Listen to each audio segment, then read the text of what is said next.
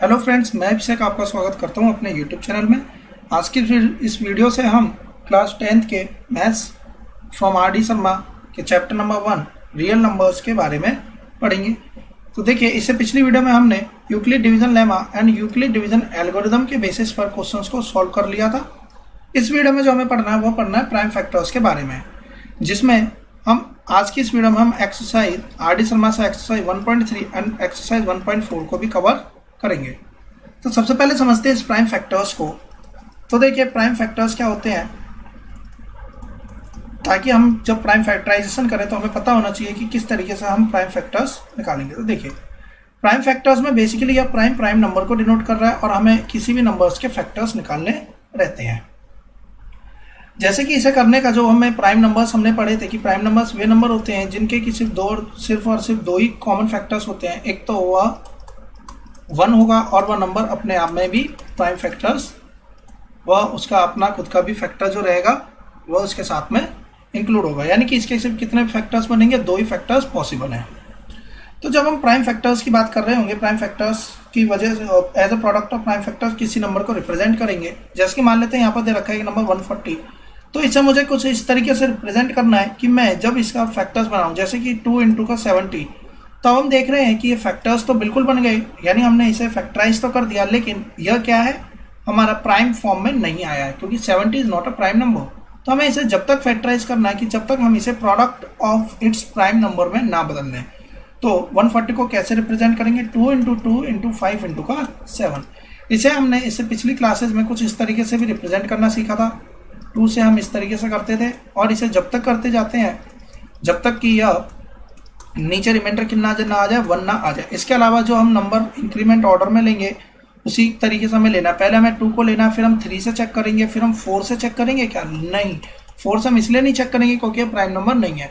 तो prime number के accordingly हमें चेक करते जाना है और लास्ट तक जब तक कि 1 ना आ जाए तब तक इस फॉर्म में लिखते जाना है। या हम इसे ऐसे भी बना सकते हैं ट्री मेथड की तरीके से। ट्री किस तरीके से बनाएंगे, देखिए 140 को 2 × का 70, अभी 70 को लिख सकते हैं 2 × का 35, इस 35 को लिख सकते हैं 5 × का 7, और इसके बाद में ये लास्ट हो जाएगा क्योंकि अब इसके हम और ज़्यादा फर्दर फैक्टर्स नहीं बना सकते। ये सारे के सारे नंबर अपने आप में प्राइम नंबर हैं और इसी के प्रोडक्ट को अगर हम रिप्रेजेंट कर दें किसी नंबर, यानी कि जो नंबर बनकर आएगा, इसी को बोला जाता है प्राइम फैक्टराइजेशन। यानी कि किस तरीके से हमें प्राइम फैक्टराइजेशन करना है ये हमने समझ लिया। अब आते हैं इससे रिलेटेड कुछ क्वेश्चंस पे। देखिए, इसके अलावा एक और क्वेश्चन है जो हमें इसमें समझना है, वो है prove that there is no natural number for which 4 की power n ends with the digit 0। हमें यह प्रूव करना है कि ऐसा कोई भी नेचुरल नंबर नहीं है जिसमें कि 4 की पावर n अगर हम कर दें तो उसके पीछे की जो डिजिट यानी कि यूनिट डिजिट बनेगी वो 0 बनेगी या नहीं। तो ये चीज़ हमें प्रूव करनी है। तो बेसिकली कहने का मतलब यह हुआ, यदि मैं 4 की पावर 1 करता हूँ, 4 की पावर 2, 4 की पावर 3, 4 की पावर 4, आप चाहे कितनी भी पावर कर लीजिए, कोई ना कोई तो यहाँ पे डिजिट बिल्कुल बनेगी, लेकिन उसके डिजिट का आखिरी प्लेस पर जो वैल्यू होगी वह क्या नहीं होगी, 0 के बराबर नहीं होगी। ऐसा क्वेश्चन हमसे बोलता है। तो देखिए, अगर मैं आपसे कहूँ कि पीछे के प्लेस पर 0 आ रहा है तो इसका मतलब यह हुआ, जैसे कि सपोज कर लीजिए 80 लिखा हुआ, तो इसके पीछे के वैल्यू के अगर हम प्राइम फैक्टर्स करें तो देखिए पीछे 2 और 5 का ये मल्टीपल होना जरूरी है। यानी कि किसी भी नंबर के अगर पीछे 0 आ रहे तो वह 2 से भी डिविजिबल होगा, वह 5 से भी डिविजिबल होगा, वह 10 से भी डिविजिबल होगा। तो देखिए 10 तो प्राइम नंबर में नहीं है, 2 और 5 फिर भी प्राइम नंबर में है, तो हम इसके लिए चेक करते हैं। तो हम यहाँ पर यह चीज़ दिखा देंगे कि 4 की पावर n से बनने वाला कोई भी नंबर ऐसा नहीं है जो कि 5 से डिविजिबल हो पाएगा। अगर 5 से डिविजिबल होने वाला कोई नंबर बनेगा ही नहीं तो इसका मतलब उसके लास्ट डिजिट प्लेस पर क्या नहीं आएगा, कभी भी 0 नहीं आएगा। तो हम इसे किस तरीके से रिप्रेजेंट करेंगे, तो हमें यहाँ पर लिखना होगा कि हम जानते हैं कि यदि कोई नंबर 4 की पावर n से 4 की पावर n का कोई नंबर यदि लास्ट प्लेस पर 0 डिजिट आती भी है तो वह नंबर किससे डिविजिबल होना चाहिए, so that number should be divisible by 5। That means its prime factors contain 5। तो अगर इसका प्राइम फैक्टर्स 5 कंटेन करेगा तो देखिए हम इसे लिख सकते हैं 2 की पावर 2 और इस पूरे की पावर में n। इसे लिखा जा सकता है 2 की पावर, इसकी आपस में मल्टीप्लाई कर देंगे 2 की पावर में n। तो इसका मतलब यहाँ से हमें जो निकल कर आया वो क्या निकल कर आया, इसका प्राइम फैक्टर एक ही फैक्टर हमें यहाँ पर दिख रहा है 2, जैसे कि हमने यहाँ पर बात भी करी है कि देखिए 2 से तो डिविजिबल है। लेकिन जरूरी नहीं है कि वो 5 से भी डिविजिबल हो। तो इसलिए देखिए प्राइम फैक्टर्स 2 तो निकल कर आ गया, लेकिन 5 इसके फैक्टर में कहीं पर भी नजर नहीं आएगा। 4 की पावर n करने पर 5 यहाँ पर बिल्कुल भी नजर नहीं आ रहा है, क्योंकि हमने यहाँ कॉमन करके देखा, हमने हर तरीके से देख लिया, यहाँ पर 5 नहीं आएगा। देयरफॉर अगर इसमें से 5 कॉमन ही नहीं हो पा रहा है, इसका मतलब 5 से ये डिवाइड भी नहीं होगा, और अगर 5 से डिवाइड भी नहीं हो पाएगा तो डेट मीन्स कि 4 की पावर n कभी भी अपने लास्ट प्लेस पर 0 को कंटेन नहीं करेगा। इस तरीके से भी एक क्वेश्चन यहाँ पर एग्जाम में पूछा जाता है। अब हम देखिए इसकी एक्सरसाइज के क्वेश्चंस को देखते हैं। हमें इसे प्रोडक्ट ऑफ इट्स प्राइम में तोड़ना है, तो देखिए 420 को हम इस तरीके से लिख सकते हैं 2 इंटू 210, अगेन 2 से करेंगे 105 आ जाएगा। अब देखिए क्या हम 2 से करेंगे, अब 2 से नहीं जाएगा, 3 से करके देखेंगे, 3 से करेंगे 35 आएगा। अब 3 से भी नहीं जाएगा तो 5 से देखेंगे, 5 के बाद में 6 से बिल्कुल भी नहीं देखेंगे, क्योंकि यहाँ जो नंबर लेने हैं वो कैसे लेने हैं, प्राइम नंबर ही लेने। अगेन 7 से करके देखिए, जब तक करते जाएंगे जब तक कि नीचे 1 ना आ जाए, हमें इस तरीके से रिप्रेजेंट करके दिखा देना है। तो यहाँ पर यही क्वेश्चन बोला गया। अब हम समझते हैं why, explain why 7 into 13 plus का इंटू 13 प्लस का 13, और यहाँ पर जो नंबर दे रखा है ये कंपोजिट नंबर है, हमें यह चीज़ प्रूव करनी है। तो देखिए यह नंबर कंपोजिट है या नहीं, इसे हम कैसे बताएंगे। तो सबसे पहले हमें पढ़ना होगा कंपोजिट नंबर्स क्या होते हैं। तो देखिए हमने जब फर्स्ट वीडियो बनाई थी उसमें मैंने आपको इंट्रो में बताया था कि कंपोजिट नंबर वैसे नंबर्स होते हैं जिनके 2 से अधिक फैक्टर्स होते हैं, यानी कि 1 तो इसका फैक्टर होगा, इसके अलावा भी इसके कोई 2 और फैक्टर्स मिनिमम होंगे ही होंगे, यानी कि हम कह सकते हैं 2 से अधिक फैक्टर्स इसके होंगे 1 को भी इंक्लूड करके। सो हमने यहाँ पर नंबर दे रखा है, तो इसमें अगर हम ध्यान से देखें तो इसमें से क्या कॉमन आ रहा है, 13 इसमें से कॉमन आ रहा है। 13 अगर हम इसमें से कॉमन ले लें तो देखिए 7 इंटू 11 प्लस का 1, कुछ इस तरीके से बनना है ये नंबर। तो हमने देखा इसमें 78 इंटू का 13, इसमें 13 कॉमन आ गया है। इसका मतलब यह हुआ है कि ये जो भी नंबर लिखा है 7 इंटू 11 इंटू 13 प्लस का 13, इसमें देखिए 78 भी है, इसमें 13 भी है, तो 2 फैक्टर तो यहाँ पर आ ही गए, और 1 इसके अलावा होता ही है। तो यहाँ पर 2 से अधिक फैक्टर्स आ गए, इसे हम सॉल्व करके कोई भी वैल्यू आएगी, फिर भी इसके 3 तो फैक्टर्स यहाँ पे हमें नजर आ गए, इसलिए कंपोजिट है। जब हम इस नंबर की बात करेंगे तो देखिए 7 इंटू 6 इंटू 5 4 3 2 1 प्लस का 5, अगर हम इस पूरे में से 5 को हम कॉमन ले लेते हैं तो यहाँ क्या बचेगा 7 इंटू 6 इंटू 4 3 2 1 प्लस का 1, मल्टीप्लाई करेंगे यहाँ पर तो 5 इंटू का 1008। तो देखिए इस पूरे नंबर को जब हम सॉल्व करेंगे तो 5 इंटू 1008 आएगा, इंटू 1 भी कर दें तो कोई फर्क नहीं पड़ता। तो देखिए इसके 3 फैक्टर्स तो यहाँ से नजर आ ही गए हैं, और 1008 को भी हम लिख सकते हैं 2 इंटू का 504। तो देखिए यहाँ से 2 से भी अधिक फैक्टर्स नजर आ गए, इसका मतलब ये भी अपने आप में क्या है, कंपोजिट नंबर को बता रहा है। 6 की पावर n की जैसे हमने बात करी थी कि यह एंड होगा डिजिट 0 से या नहीं, तो जैसे 4 की पावर n के लिए हमने सॉल्व करा वैसे 6 की पावर n के लिए भी सॉल्व कर लेंगे। हमें सिर्फ यह दिखाना है कि 6 की पावर n में लास्ट प्लेस पर 0 जब ही आएगा जब इसका कौन फैक्टर 2 और 5 हो, और अगर इसके पास में 2 और 5 में से है ही नहीं तो इसका मतलब दोनों ही नहीं होंगे, तो यह लास्ट प्लेस पर कभी भी 0 डिजिट को कंटेन नहीं करेगा। तो इस तरीके से एक्सरसाइज 1.3 हमारी कंप्लीट हो जाती है। हमें सिर्फ इसमें इतना ही समझना था। अब आते हैं बच्चों 1.4 एक्सरसाइज पर। तो देखिए हमें एलसीएम और एचसीएफ के बारे में पहले थोड़ी सी नॉलेज होनी चाहिए कि एचसीएफ और एलसीएम में एक कंसेप्ट यह भी होता है कि एलसीएम और एचसीएफ का जो प्रोडक्ट होता है वह इक्वल होता है प्रोडक्ट ऑफ दीज 2 नंबर। लेकिन ये सिर्फ 2 के लिए एप्लीकेबल है, 3 के लिए लगाओगे तो इसमें हमें नहीं पढ़ना है। तो 3 के लिए नहीं, यहाँ पर जब 2 इंटीजर्स दिए जाएं उसके केस में यह वैल्यू यानी कि ये इक्वेशन सेटिस्फाई होती है। LCM into HCF of the 2 numbers is equal to the product of these 2। तो ये आपने इससे पिछली क्लासेज में पढ़ लिया होगा कि किस तरीके से यह बनाया जाता है। तो अगर हम इसका एलसीएम निकाल लें और इसी का एचसीएफ निकाल लें और इनकी आपस में मल्टीप्लाई कर दें तो इक्वली आता है। तो हमें सिर्फ ये प्रूव करके दिखाना है, तो यहाँ पर सिर्फ कैलकुलेशन है और इसमें कुछ भी हमें शो ऑफ नहीं करना है। अब देखिए यहाँ पे एलसीएम और एचसीएफ निकालना by applying the prime factorisation method. तो देखिए प्राइम फैक्टराइजेशन मेथड से कैसे एलसीएम एचसीएफ निकलता है। देखिए 3 नंबर यहाँ पर दे रखे थे 12, 15 और 21। जब हमने 12 की बात करी तो 2 इंटू 2 इंटू का 3, 15 की बात करी तो 3 इंटू का 5, 21 की बात करें 3 इंटू का 7। जब बच्चे हम एलसीएम निकाल रहे होंगे तो एलसीएम बेसिकली होता क्या है, मल्टीप्लायर कॉमन लीस्ट। तो 12, 15 और 21 का मल्टीप्लायर करिए तो देखिए 12, 24, 36, 48 ऐसे करते करते यह नंबर कहीं ना कहीं 420 भी इसकी टेबल में आएगा। उसी तरीके से जब हम 15 की टेबल पढ़ रहे होंगे तो 15, 30, 45 इस तरीके से इसकी टेबल में भी कहीं ना कहीं जाकर 420 जरूर आएगा। और 21 की टेबल में भी 420 आएगा। तो देखिए मल्टीप्लायर है, हमने यहाँ पे मल्टीप्लाई यानी कि टेबल इसकी पढ़ ली। अब हमने कॉमन ढूंढा तो देखिए पहला नंबर जो कॉमन आएगा वो 420 ही आएगा। इसके बाद जब हम और आगे टेबल पढ़ेंगे तो 840 भी इसमें कॉमन होगा। लेकिन क्योंकि यहाँ पर लीस्ट कह रहा है तो सबसे छोटा और कॉमन भी और मल्टीप्लायर भी हो तो 420 ही है। यह होता है इसका कंसेप्ट एलसीएम का। लेकिन जब हम एचसीएफ की बात करते हैं तो हमें कॉमन फैक्टर ढूंढना है और हाईएस्ट यानी 12, 15, 21 का कॉमन फैक्टर देखना है। 12 देखिए 1 की टेबल में आता है, 2 में आता है, 3 में आता है, 4 में आता है और 6 में और 12 में। 15 1 में भी आता है, 3 में भी आता है। हम फैक्टर्स की बात कर रहे हैं इस समय, 5 में भी और 15 में भी।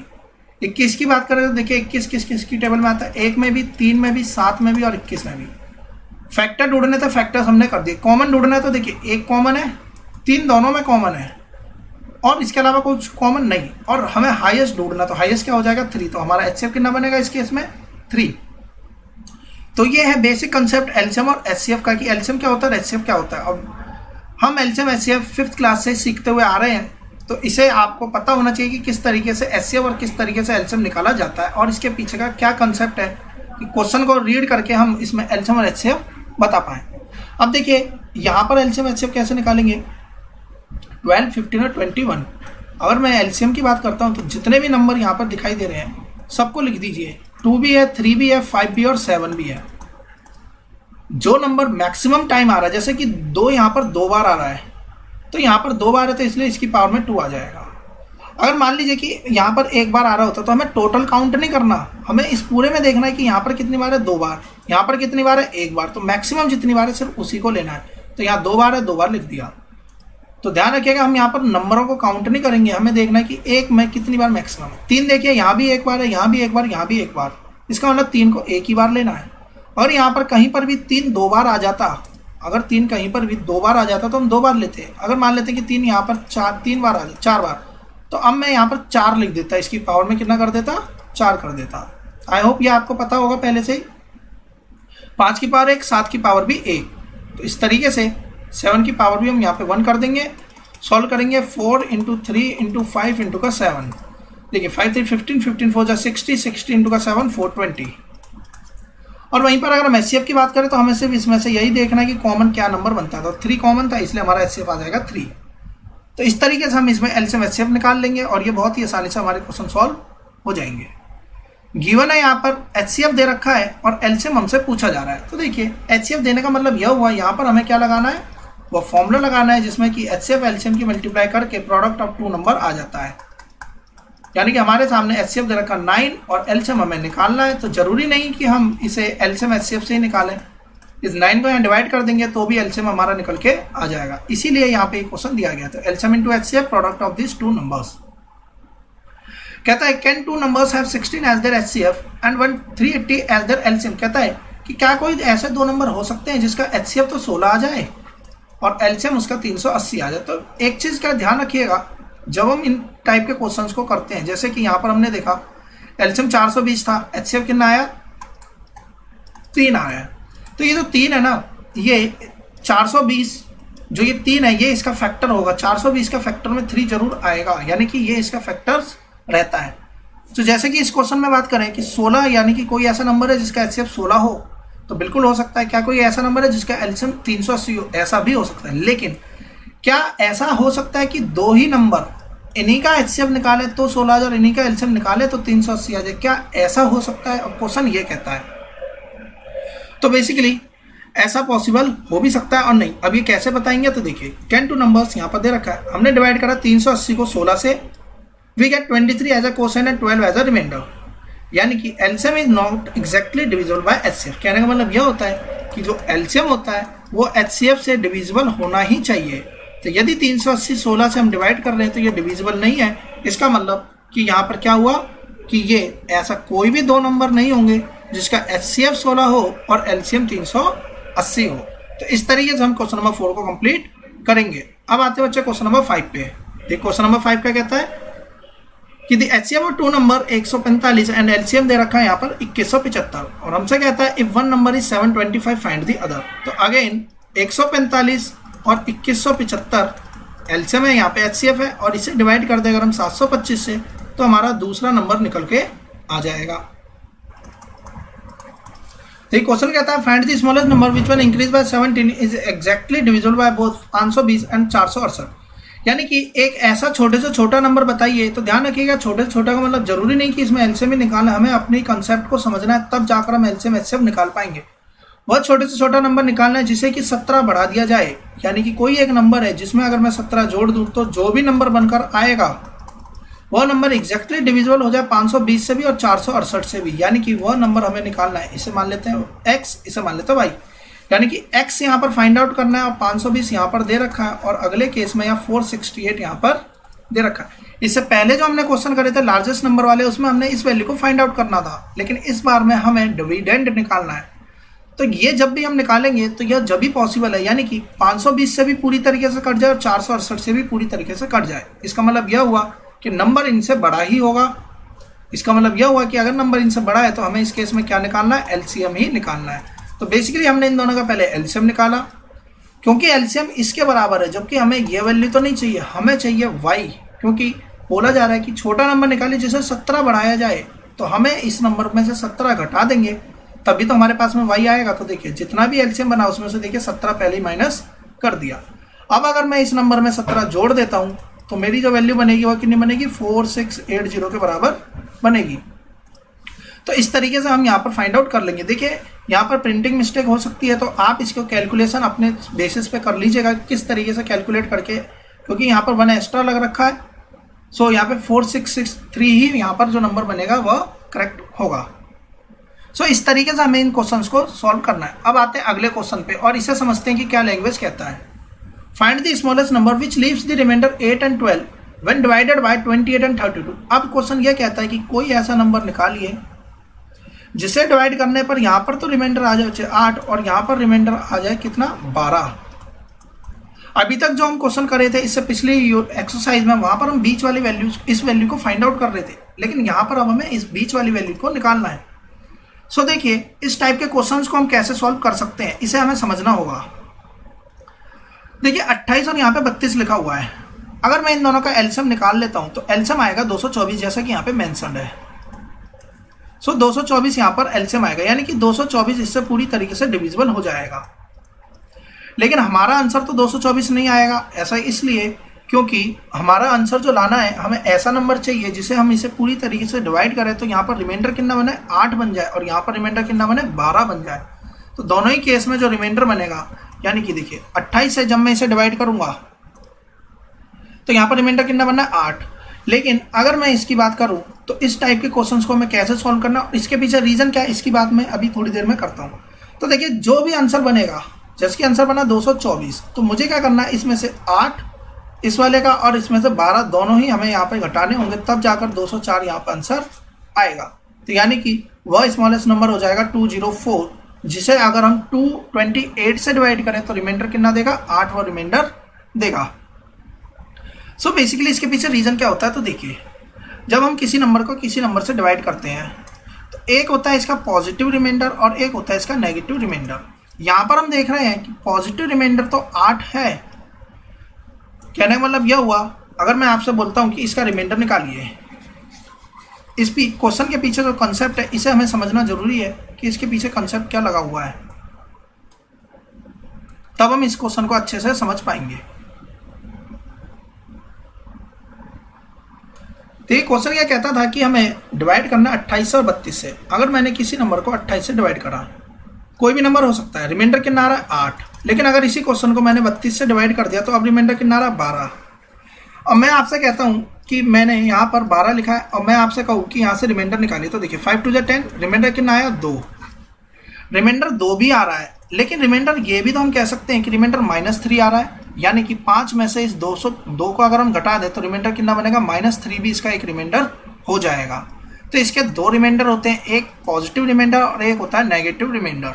तो यहाँ पर देख रहे हैं हम कि पॉजिटिव रिमाइंडर तो अलग अलग आ रहा है, लेकिन अगर हम नेगेटिव रिमाइंडर की बात करें तो देखिए -20 ही यहाँ आएगा और -20 ही यहाँ पर आएगा।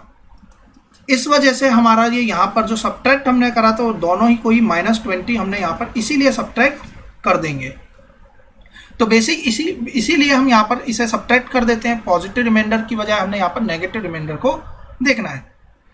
तो इस तरीके से भी हम इसे सॉल्व कर सकते थे, यानी कि अगर मैं इसकी क्वेश्चन की बात करूं, सेम इसी क्वेश्चन की, तो देखिए मैं आपसे कहता हूं इस क्वेश्चन में, गिवन क्वेश्चन में, कि वह नंबर बताइए छोटे से छोटा जिसे मैं 5 से डिवाइड करूँ और रिमाइंडर आ जाए 2, तो वह नंबर तो क्या रहेगा, 12 ही रहेगा। इसके अलावा मैं आपसे ये भी तो कह सकता कि रिमाइंडर आ जाए -3 5 से डिवाइड करने पे, तब भी वह नंबर कितना रहेगा, 12 ही रहेगा। इसलिए हमने यहाँ पर क्या करना है, माइनस कंसेप्ट को हम यहाँ पर अप्लाई करेंगे।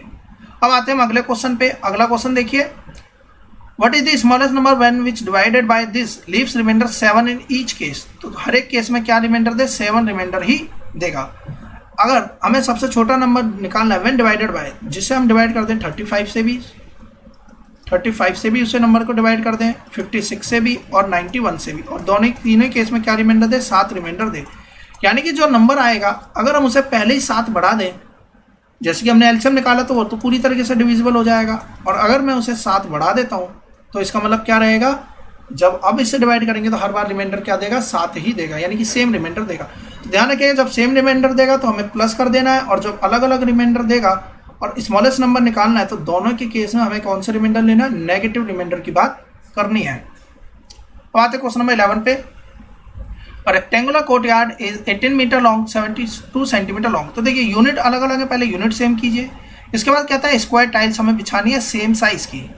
तो सेम साइज की स्क्वायर टाइल्स अगर हमें बिछानी है तो पूछ रहा है possible least possible number of such tiles, यानी कि एलसीएम इस केस में हमें निकालना रहेगा। फिर उसके बाद में कैसे सॉल्व करेंगे ऐसे देखते हैं। हमने लेंथ देख लिया और ब्रेथ देख लिया, ये आप सॉल्व कर सकते हैं। प्राइम फैक्टर्स हमने ले लिया और एचसीएफ हमने यहाँ से निकाल लिया। यानी कि जो टाइल, जैसे कि हमने इससे पिछला क्वेश्चन करा था जिसमें हमने 90 और 60 का एग्जाम्पल लेके टेप वाला समझा था, सेम उसी टाइप से हम इसे भी सॉल्व करेंगे। तो पहले हमने निकाल लिया इसका एचसीएफ, यानी कि एचसीएफ निकालने से हमारे पास में क्या वैल्यू आई, 24 आ गई। इसका मतलब यह हुआ कि टाइल जो हम बिछाएंगे वो 24 बाय 24 की टाइल हम इस तरीके से बिछाएंगे। जब 24 की इस तरीके से बिछाएंगे तो 1872 ये लेंथ भी कवर्ड हो जाएगी और ये वाली लेंथ भी यहाँ से कवर्ड पूरी तरीके से हो जाएगी। अब जो टाइल का एरिया है हमें बतानी नंबर ऑफ टाइल्स, तो टोटल एरिया से टाइल का एरिया डिवाइड कर देंगे, हमारे पास में नंबर ऑफ टाइल्स आ जाएंगी। तो टोटल एरिया कितना है, तो टोटल एरिया देखिए, एरिया ऑफ द कोर्टयार्ड, हमने कोर्टयार्ड का एरिया यहाँ से देख लिया 1872 इंटू का 1320, और इसे किससे डिवाइड कर देंगे, इसे डिवाइड कर देंगे हम 24 से, यानी कि length of side of square tiles, इससे डिवाइड कर देंगे, हमारी नंबर ऑफ टाइल्स निकल कर आ जाएंगी। अब आते हैं क्वेश्चन नंबर 12 पे। देखिए क्या कहता है, find the greatest number of 6 digit exactly divisible bye 24, 15 और 36। बड़े से बड़ा नंबर बताना है 6 डिजिट का। तो देखिए बड़े से बड़ा नंबर 6 डिजिट का होता है 1 2 3 4 5 6, और हमें बताना है कि एग्जैक्टली डिविजिबल हो जाए 24 से भी, 15 से भी और 36 से भी। तो हम जानते हैं ये तो नहीं हो पाएगा, तो ऐसा नंबर हमें ढूंढना है जो इन तीनों से डिवाइड हो जाए। तो बेसिकली जब हम इन तीनों से डिविजिबल करने वाला नंबर ढूंढते हैं तो पहले हमें निकालना होता है इनका एलसीएम। हमने इसका एलसीएम देखा 360। अब हमें क्या करना है, इसे 360 से डिवाइड करके देखना है। जब हम इसे 360 से डिवाइड कर देंगे तो जो भी रिमाइंडर बचेगा, जैसे कि यहाँ रिमाइंडर आ रहा है 279, तो इसी रिमाइंडर को हम इसमें से अगर घटा दें तो ये पूरा का पूरा नंबर जो बनेगा 9997201, अब ये 360 से पूरी तरीके से डिविजिबल होगा। और यदि ये 360 से डिविजिबल है तो इसमें 24 भी है, 15 भी और 36 भी है, ये तीनों से ही डिविजिबल हो जाएगा। इसका मतलब ये हुआ पहले इसका एलसीएम निकालिए, क्योंकि हम इंडिविजुअल निकालेंगे तो बहुत प्रॉब्लम हो जाएगी। हमें देखना है कि बड़े से बड़ा नंबर, तो 360 से पहले 180 भी आता है, ये 180 से भी डिविजिबल हो जाएगा, लेकिन बड़े से बड़ा ढूंढना है, इसलिए हमने पहले इसका एलसीएम निकाला, फिर इस तरीके से हम सॉल्व करेंगे। Determine the number nearest to इतना और बट ग्रेटेस्ट टू इतना which is exactly divisible by 8, 15 और 21। तो अगेन यही क्वेश्चन करेंगे सेम। अब देखिए जब हमने इसे 840 से डिवाइड करके देखा, रिमाइंडर आएगा 800। जब हम 800 रिमाइंडर देखेंगे तो माइनस कर दिया, यह वैल्यू बनेगी। और इसके अलावा अगर हमने ऑल्सो 40, अब हमने यहाँ पे 40 किस लिए लिया इसे भी देखते हैं। सो देखिए हमने जो रिमाइंडर जो एलसीएम निकाला वो आया 840। अब हमने इसे इससे डिवाइड कर दिया 110000 से, तो जो रिमाइंडर बनकर आया वो आया 800। 800 रिमाइंडर आ गया, यानी इसमें से अगर हम 800 माइनस कर दें तो 109200, ये हमारा एक आंसर बन जाएगा। लेकिन वो ये भी कहता है कि नंबर जो हमारा वैल्यू आ रही है, ये एक हो गया हमारा पॉजिटिव रिमाइंडर, एक और भी निकाल सकते हैं नेगेटिव रिमाइंडर। तो हमें ये भी देखना है कि 40 भी तो अगर हम ले लेते तो भी तो हमारा वैल्यू आ जाएगी, यानी कि अगर मैं इसमें 40 और जोड़ दूं 110040, तो भी ये नंबर 840 से पूरी तरीके से डिविजिबल हो जाएगा। तो इसके 2 आंसर पॉसिबल होंगे, 1 और 2। अब हमें देखना है इन दोनों में से कौन सा ऐसा नंबर है जो कि इन दोनों के बीच में लाई कर रहा है, वही हमारा करेक्ट आंसर रहेगा।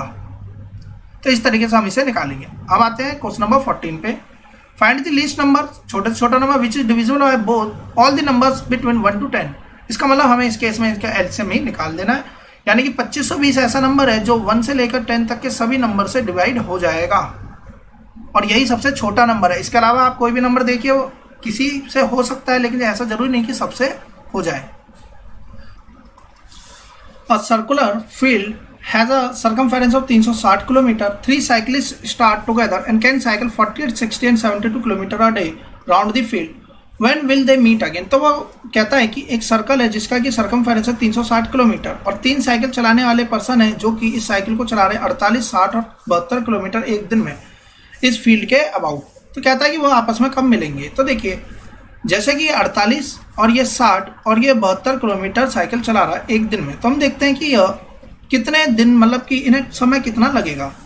जब हमने पहले साइकिल वाले को देखा कि पहले साइकिल चलाने वाले व्यक्ति को कितना टाइम लग रहा है, 360 बटे में 48 जब हम करेंगे तो आएगा 7.5, यानी कि 75 बटे में 10, यानी कि 15/2 डेज यहाँ पर बनेगा टाइम। सेकंड साइकिलिस्ट की बात करें तो इसे 6 दिन लगेंगे, और तीसरे साइकिलिस्ट की बात करें तो यहाँ पर 5 दिन लगेंगे, यानी कि पहले वाले को लगा 15 बटे में 2 दिन, दूसरे वाले को लगे 6 दिन, और तीसरे वाले को लगे सिर्फ और सिर्फ 5 दिन। अब देखिए, इसमें नंबर ऑफ डेज अलग अलग हैं।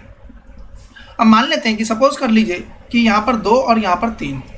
मानते हैं कि मैं 2 दिन बाद घर के बाहर निकलता हूँ और कोई दूसरा पर्सन है वो 3 दिन बाद घर के बाहर निकलता है। मैं 2 दिन बाद निकलूंगा, फिर मैं 4 दिन बाद निकलूंगा, फिर मैं 6 दिन बाद निकलूंगा। उसी तरीके से तीसरे 3 दिन बाद निकलने वाला पर्सन क्या है, पहले 3 दिन बाद निकलेगा, फिर वो 6 दिन बाद निकलेगा। मैं भी तो कभी ना कभी 6 दिन बाद ही निकला हूँ, तो यानी कि एक टाइम पर तो मैं सेम मिलेंगे हम दोनों आपस में, क्योंकि देखिए मैं 2 दिन बाद निकलता हूँ, फिर 4, फिर 6, या 3 दिन बाद निकलेगा, फिर ये भी 6 दिन बाद निकलेगा, तो हम दोनों आपस में 6वें दिन तो मिलेंगे। ठीक उसी तरीके से यहाँ पर भी हो रहा है कि उसे 15/2 डे लगते हैं, और इसे 6 डे और इसे 5 डे। तो हमें क्या करना है, बेसिकली इसका निकालना है एलसीएम। और जब कभी भी फ्रैक्शन के केस में एलसीएम निकालना होता है तो हम क्या करते हैं, एलसीएम निकालते हैं न्यूमरेटर का, और डिनोमिनेटर का निकालते हैं हम एचसीएफ। तो न्यूमरेटर का निकलता है एलसीएम और डिनोमिनेटर का निकलता है एचसीएफ, तब जाकर हमारी जो वैल्यू बनती है वो एलसीएम के बराबर आती है। तो देखिए, न्यूमरेटर का अगर हम एलसीएम निकालें तो एलसीएम कितना बनेगा, 15, 5 और 6 का हमें इसका एलसीएम निकालना है। तो बेसिकली देखिए, 15 और 5 और 6 यह 30 बनेगा एलसीएम। और हम इसका एलसीएम की बात करें तो कितना बनेगा, 30 बनेगा। वहीं पर अगर हम एचसीएफ देखें 1 और 2 का, तो एचसीएफ कितना बनेगा, दोनों में एचसीएफ बनेगा 1।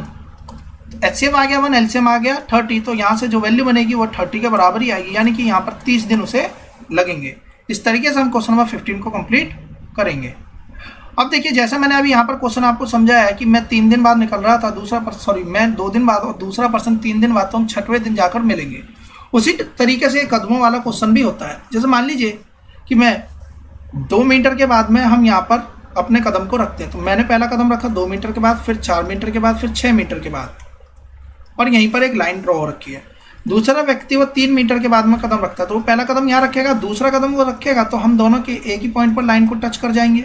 ठीक उसी तरीके से यहाँ पर भी क्वेश्चन दे रखा है। तो अगेन हमें मिनिमम डिस्टेंस बतानी है। तो देखिए, 6 के बाद में अगर मैं आगे बढ़ूंगा तो मैं 8 के बाद, 10 के बाद और फिर 12 के बाद में कदम रखूंगा। उसी तरीके से 3 के बाद, 6 के बाद, ये फिर 9 के बाद मिलेगा, और फिर ये जाकर कहाँ मिल जाएगा, 12 के बाद में फिर हम यहाँ पर आपस में मिल जाएंगे। इसका मतलब यह क्या हो रहा है, यहाँ पे हम एलसीएम निकाल रहे हैं, इसीलिए हम यहाँ पर भी क्या फाइंड आउट करेंगे, एलसीएम ही निकालेंगे। इस तरीके से हम इनके क्वेश्चंस को, क्या हमारी अंडरस्टैंडिंग होगी, इसे हमने समझ लिया है। सो यहाँ तक के क्वेश्चन में अगर आपको कोई डाउट होता है तो मुझे कमेंट बॉक्स में जरूर बताएं, और अगर आपको ये वीडियो पसंद आई हो तो इसे लाइक करना और शेयर करना ना भूलें। और अगर आपने अब तक मेरे चैनल को सब्सक्राइब नहीं किया तो मेरे चैनल को सब्सक्राइब कर लें। आने वाली वीडियोस की नोटिफिकेशन पाने के लिए बेल आइकन को प्रेस करें। Thanks for watching my video. Have a nice day.